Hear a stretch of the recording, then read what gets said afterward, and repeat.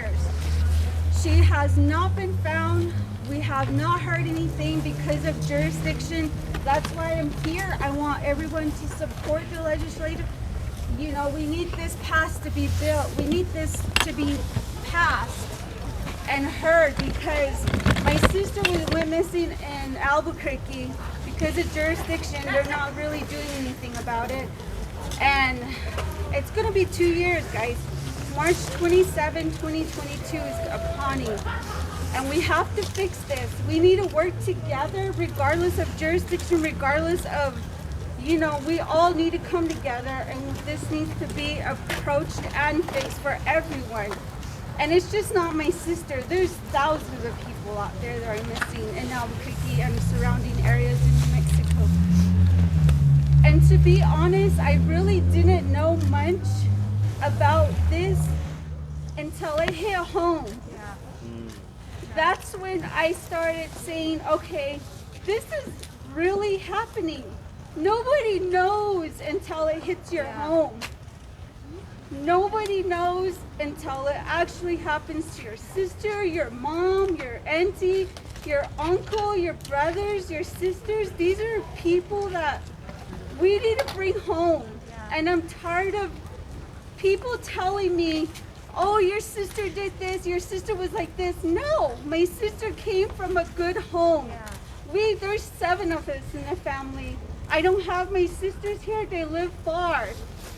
So, but on behalf of my sister, I'm here, and I want to say thank you for being here and supporting us, all of us, the families.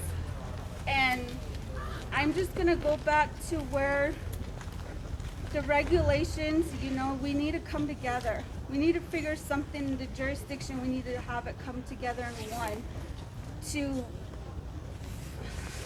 bring these people, to bring everyone home, our missing home. And nobody won't know until it hits their own home. That's all I can say. Thank you.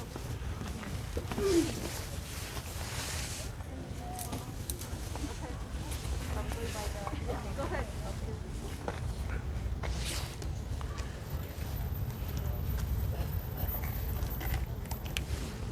Good morning. My name is Banji Randall Shorty, and I'm Zachariah's mom. This is Zach. He was growing up as an adult. You know, Zach was a really good kid. He was 23 years old, and Zach had an interest in making music. He's got his own YouTube channel. You know, he's a very good kid. He had a very good sense of humor, very ambitious, loving, caring, loved being with his family, loved his daughter, and of course, he loved me, and I loved him. You know, not a day went by that I didn't tell him that I loved him. And I'm glad that every day before I walked out of the house, or before he walked out, I told him that I love him. With every phone call, even if it was 5 minutes apart, I told Zach that I loved him. I made sure my kids knew. Zach is the second child of mine that I had lost. But Zach went missing July 21st from the Journey Inn, July 21st, 2020, and he was found a few days later in Denonzad. And Zach was murdered. You know, I never knew that I would be a parent standing up here today advocating for him, to be his voice. You know, I was always there for Zach as an infant, as you can see. You know, as a baby.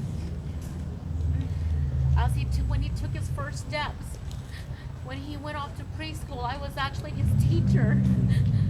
You know, I kind of followed him throughout his life, protecting him as every mom should, you know, praying and hoping for that, you know, he would be successful in life. And, you know, we guide our children as they grow up, that they would, continue to walk the right path, and when they become adults, they make their own choices.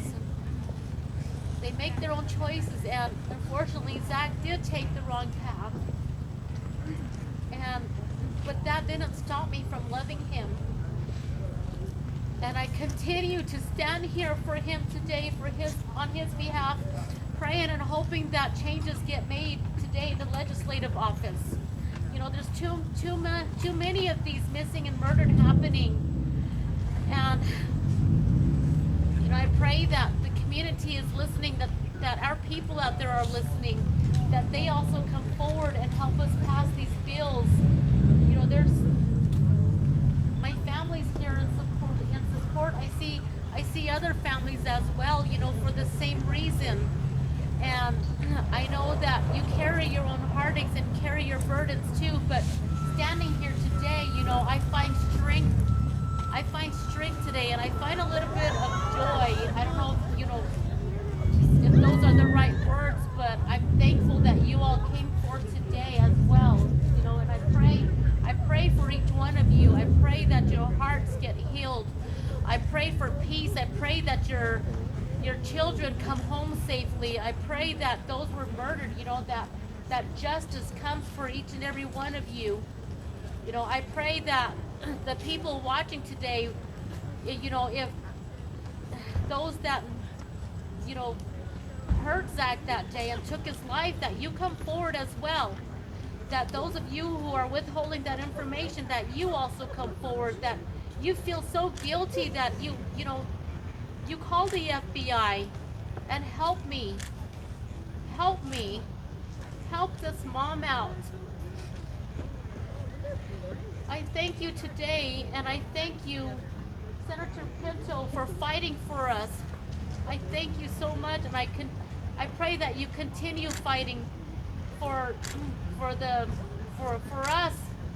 And jurisdiction is a huge problem here. And I just thank you today for being here and for listening. And I am again Zachariah's mom, and I am Zachariah's voice. Is this your glove? No, I don't know whose it is.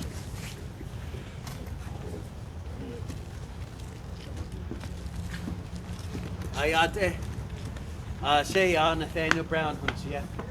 I'm Twopaha, Water's Edge, and my father's clan is the Reed people. My grandpas are the Taween House, and my nullies are the mini goats. I'm here today on behalf of our people and all our indigenous people. I represent the Navajo Nation on the Navajo Nation Council, but I sit on the Navajo Nation's Council Subcommittee for Sexual Assault Prevention Subcommittee with Delegate Amber Canesva-Crotty. So our sole job is to work on the missing, murdered, domestic violence, human trafficking, and all these very important work that historically the Navajo Nation government has not really addressed. So we are here, we sit on council, and I also sit on the Arizona Human Trafficking Council. So with that, we focus on, my job there is to focus on bringing our young boys or young girls, Navajo and all tribes, to bring them home.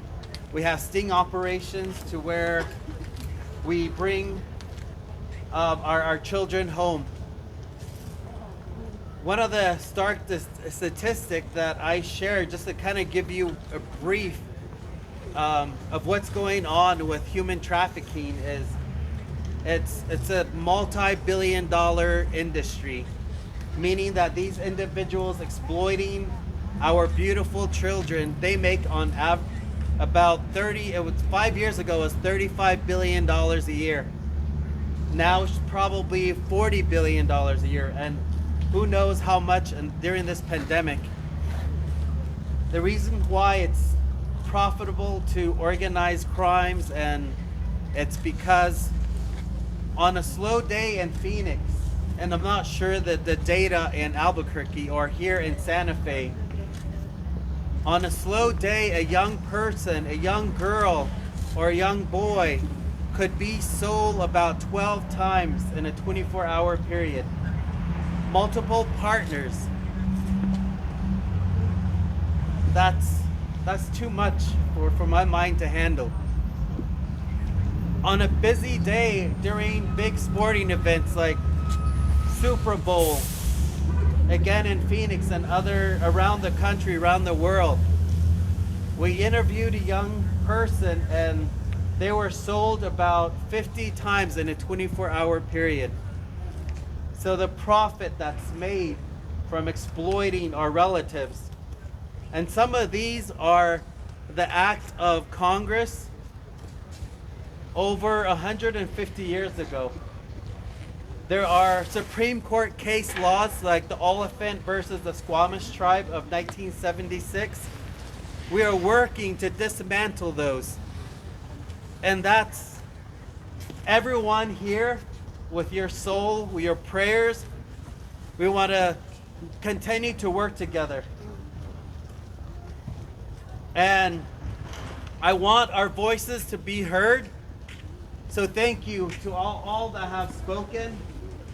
And I pray for myself, the only way I currently exist in my role and to represent our people is with prayer. So I want us to yell about four times here, just so we can let the souls of our missing to hear us. So on a count down from 3, let's all yell. Ata naki ta. Woo!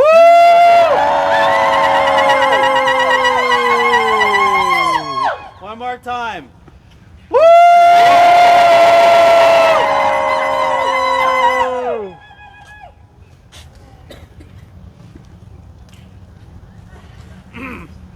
I hope that my sister Natalie heard us, my nephew, and all your relatives. They're not forgotten because we're standing here. How many of you your toes are freezing? It's because we love our people. It's because we care for them. We have and our toes and being free, they're frozen, but that's nothing. Because we love them and we're not going to give up on them. Myself, Delegate Crotty, Shana, Delegate So is standing there with the state representative, Miss Patricia Michaels, all the others. We're going to continue with all your help. Again, with Todazin, with our prayers. I just quickly want to share a story of a hummingbird.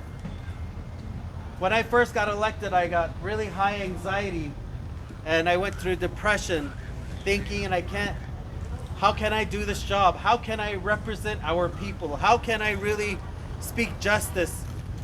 And my oldest sister told me, remember, about 15 years ago, you caught a hummingbird. Do you know what that means in Navajo? Do you know when the animals were preparing this world for us for our arrival, they elected animals to be on their council, to be leaders. The first one was the bear, but of course the bear, what do they do during the winter? They hibernate. So they would come together like this and like, hey, what about the mountain lion? What about the horse? And every time someone brought up some points, personality traits. But the owl, the Nashja, said, what about this Tahiti, the hummingbird? And everyone laughed. They're like, oh, he's just tiny.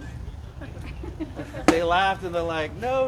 And then the owl came back and said, look at who is still working while we're gathered here. Who's the only one that's still working quietly? And I see that this work, I see you as my hummingbirds, my hard workers, You have been blessed and ordained with the holy people. That's why you're here. And I love this gift that we have from our brothers and sisters. I learned that this represents resiliency. So I'll take this home and it'll remind me of that. It will take me to everywhere I go where I talk about healing. So, and the wonderful thing about all humans and as Native American Indigenous people is, what do we have? We have our grandparents' teachings, our parents, our da'a, our mayaja. We have all the tools. So it's winter. We have our Yebiche ceremonies. I see a lot of people taking their snow bath and our shoe games. And I know that our people, we recently in the Navajo Nation Council chambers, we brought out our sacred shields and our bundles. And we do protection prayer on a regular basis. During the winter solstice, summer, during the eclipse, we don't pray, but we stay reverent during those times. So I want you to know that from the Navajo Nation Council with our medicine people, we bring out our bundles and we say prayers for all of you. We sit up all night, we give our offerings, we shed our tears with our medicine people. So I want the families who are here with us, that you're not forgotten, that we're praying for you from leadership, from Navajo, that we want you to feel our love and we're going to continue to show up for each other. So thank you for everyone for being here. And I have Miss Shamasana, my grandmother, delegate Crotty here. Yeah, Oh, I'm okay. talking over there. Okay. So I don't have to talk over there. No. I just Yeah. want to be balanced his energy. Go ahead. Over there. I'd like to invite